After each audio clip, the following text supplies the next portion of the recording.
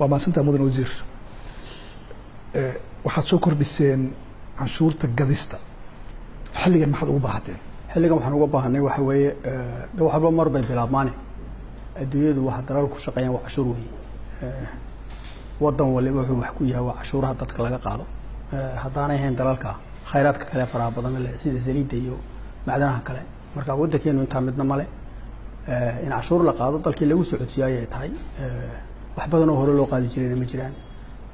سأدو وقتها أي واحد جرا دورية لبعضنا عشرة كلا نوع أي أدوك لقى قاضي هل كان لقى قاضي عشرة كلية يمكن القاضي وكاستم بيوتي وبحال هذا ولا قاضي عشرة لبعض إلى سرّه دي بلو سرّه شرعي وافق سن أي تاني تاي وحلوقة بهي وحوية وحيالا فربضان بعض يا أبا عن تالقاضي وحنسكب حين والو بهي قولنا international community بيش عالم كوحال إنه بهي أنا إسكو في الله شجعنا إسكو في الله عشان لما جاري كرو ilaa ay dadku isku tashadaan oo cashuuraha la bilaabo oo cid waliba wax bixiso boqolkiiba 5 ayaad saarteen dal soo koraya sida Soomaaliya oo kale dagaal ka soo baxay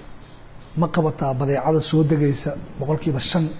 canshuur gadis in la saaro boqolkiiba 5 cashuurta qaanuunku qoraya waa boqolkiiba 16 meelaha qaarna waa boqolkiiba 30 meelaha qaar way ka badan tahay wadanada agagaarkiina oo dhan waa sidaa إنه شو وحنا لنا وحوي إن لا برتقوا من دون إن لا برتقوا هدول مركز لا يسلا برتقوا لا يسلا قبصته عشور تشرعي جاي نوحي هاي يعني شرعي ما باس كريك كتير هذا أنا ما أورن كتير ما يستقبلين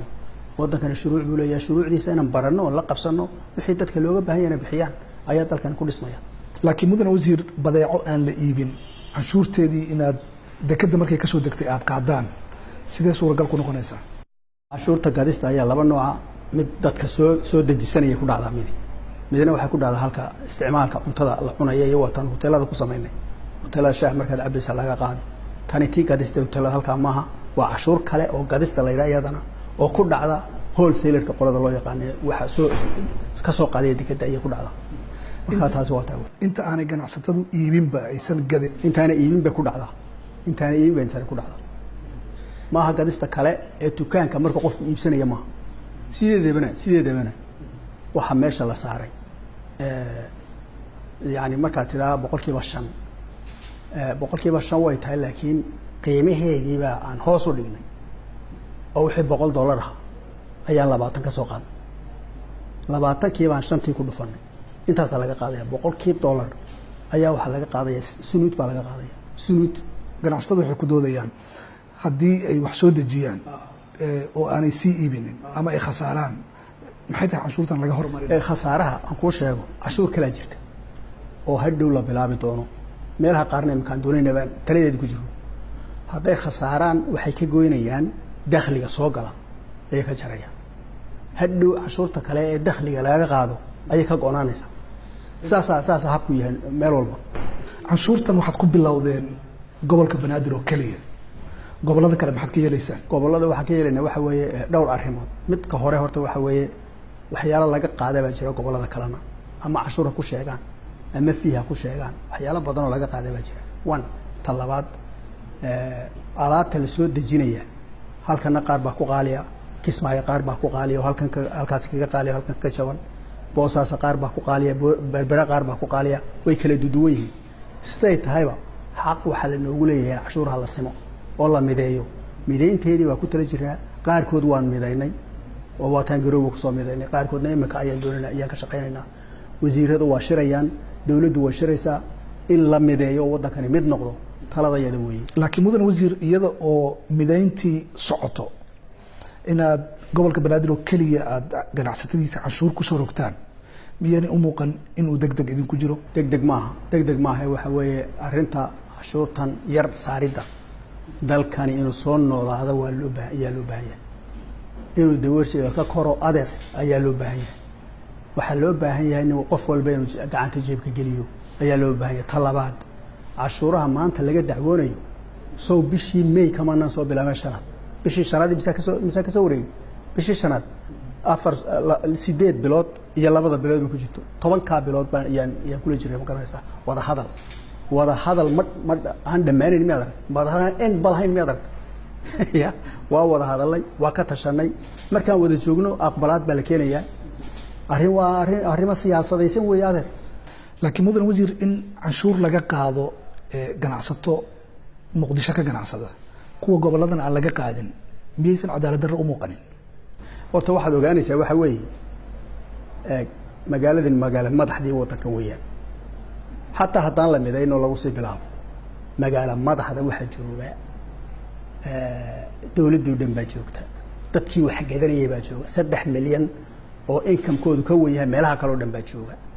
layr biyay leedahay aan meelaha kale lahayn, wadooyin qurux badan bay leedahay oo aan adduunyada ka soo tuugnay, soo dowladdu bay soo tuugin. marka xataa iyaga laftooda hadday ku bilaabaan anigu waxaan kuu garantii garaynaya 2 sentiye la saaray inaanay ganacsatada ku qasbayn inay meel kala tagaan. weli hadda ay lacag ka samaynayaan, hadday samayn waayaan waxay ka jarayaan income-kooda, cashuurta way ka jarayaan hadday samayn waayaan, waa samaynayaan. midka labaad waxa weeye waxa loo meel bay ka bilaabmaan adeer maarta waddankeenu waddan kala burburay weeye, kala qaybsamay weeye, qoloba meel tagtay weeye. meel inay ka bilaabmaan halkay ka bilaabi lahayd xamar caasimadeena inay ka bilaabanto. dadka dowladda dhaliila waxay idinku dhaliilaan ama idinku tilmaamaan inaad tihiin dowladda muqdisho. dhacdadan miyaysan caddayn u noqonaynin dowladdu inay tahay dowladda muqdisho oo keliya? dowladda muqdisho no waa taasi dowladda muqdisho ma jirto, federal government-kii weeye. waxaad ogtahay madaxda dalka meel walba ka joogtaan ay shiraan, malaha shirkooda in laydinku casuumo marmar bay tahay aad ka soo warantaan waxa cid waliba leedahay. dalkani meel dheer buu ka yimi, waa la isku imanaya, waa la isku soo dhawaanayaa, isku mid baa la yahay. waxaa laga hadlayaa adeer in budgetka la mideeyo, xataa waa laga hadlaya. eeg hadda miisaaniyadda aan leenahay oo federal government-kuna mid leedahay, gobolladuna qaar leeyihiin, xataa in la mideeyo, in khayraadkeena la mideeyo, in qaybsashadiisa laga hadlo ya oo inaan wada leenahay laisla ogaado. meel dheer baan ka nimi, ayaan la fududaysanay meeshaan ka nimi iyo halkaan taaganay maanta. I think inaan ilaahay u mahadnaqna weeyaan inuu beerkeena burcad isku mariyay oo la isku soo dhawaanayo. tusaale ahaan canshuurta jidmarista ee gawaarida laga qaado oo dowladda federaalka ay muqdisho ka qaado, gawaaridaas marka ay gaaraan halka ay gobolka banaadir xadka kale leeyahay gobolka shabeellaha hoose, waxaa lagu weydiiyaa mid kale oo koonfur galbeed ay qaado. waan ka warqabaa.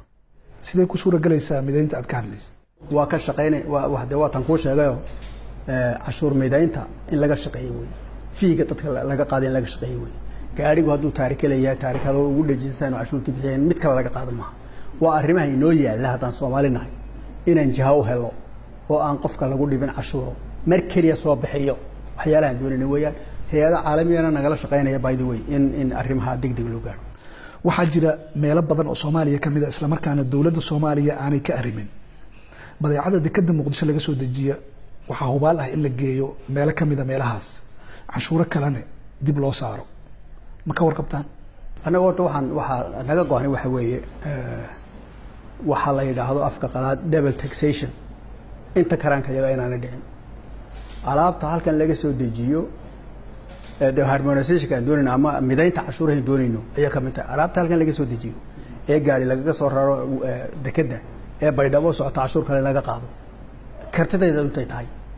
ayaan isku dayaynaa. hadda anagu gudaha transfer baa la yidhahdaa, marka transfer of funds la yidhahdaa, wareejinta lacagaha la wareejinayo halkan inta lagu qabto meel kale la geynayo. waxyaalaha aan doonayno inaan gaadhno ay loo baahan baa jira, waa ku soo noqonayna. waxaad wax badan ku celcelisay midaynta canshuuraha. shuruucda dowladda Soomaaliya oo aan ognahay in dowlad dhexe ay ka soo gudubtay oo dowlad federaal ah u wareegtay, ma ku filan yihiin in nidaamka canshuuraha iminka aad dabaqaysaan uu ku shaqeeyo? cashuuraha sharci in wax la cashuuro sharci baa inoo yaalla, in wax la cashuuro sharci baa inoo yaalla. sharciga dalkan Soomaaliya imika ma dhalanay ya dowlad nation oo madax bannaan baa noo soo jirtay intaasoo sannadood. shuruucdeenu waxay ka qoto dheer yihiin shuruucda wadannada kale Afrikaanka leeyahay, ka qoto dheer yihiin.